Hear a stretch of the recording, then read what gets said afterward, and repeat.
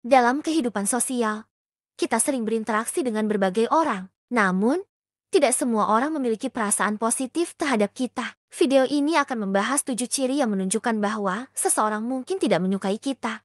Pertama, ketidakpedulian. Orang yang tidak suka dengan kita cenderung acuh tak acuh terhadap keberadaan kita. Mereka mungkin tidak memperhatikan apa yang kita katakan atau lakukan. Ketidakpedulian ini bisa terlihat dari sikap mereka yang kurang responsif atau tidak tertarik pada apa yang kita sampaikan. Kedua, kritik berlebihan. Jika seseorang selalu mengkritik kita tanpa henti, itu bisa menjadi tanda bahwa mereka tidak menyukai kita, terutama jika kritik tersebut bersifat merendahkan. Orang yang tidak suka dengan kita mungkin selalu menyoroti kelemahan kita dan mengabaikan segala hal positif yang kita lakukan. Ketiga, menghindari kontak. Orang yang tidak suka dengan kita akan cenderung menghindari kontak fisik atau komunikasi dengan kita. Mereka mungkin mengabaikan pesan atau menghindari bertemu. Ketika kita merasa seseorang selalu menghindari kita perlu mempertimbangkan apakah ada ketidaknyamanan di antara kita. Keempat, tidak mau berkolaborasi. Ketika ada kesempatan untuk bekerja sama, orang yang tidak suka dengan kita akan enggan berkolaborasi. Mereka mungkin lebih memilih bekerja sendiri atau mencari mitra lain. Ini bisa terjadi di tempat kerja, dalam proyek kelompok, atau dalam situasi lain di mana kerjasama diperlukan. Kelima, sikap dingin. Orang yang tidak menyukai kita akan menunjukkan sikap dingin dan kurang ramah.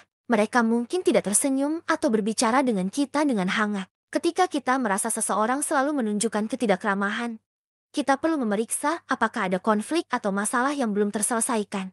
Keenam, gosip negatif. Jika kita sering mendengar gosip negatif tentang diri kita dari orang lain, itu bisa menjadi indikasi bahwa ada orang yang tidak suka dengan kita. Gosip negatif dapat merusak reputasi kita dan mempengaruhi hubungan sosial kita. Penting untuk berhati-hati dalam memilih teman dan memastikan kita tidak terlibat dalam lingkaran gosip yang merugikan.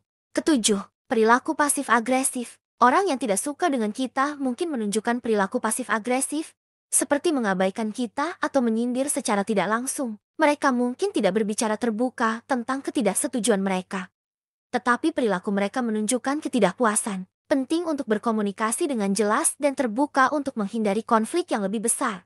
Memahami ciri-ciri ini dapat membantu kita mengenali orang-orang yang mungkin tidak menyukai kita. Namun, penting untuk tetap berempati dan berusaha memahami perspektif orang lain sebelum mengambil kesimpulan.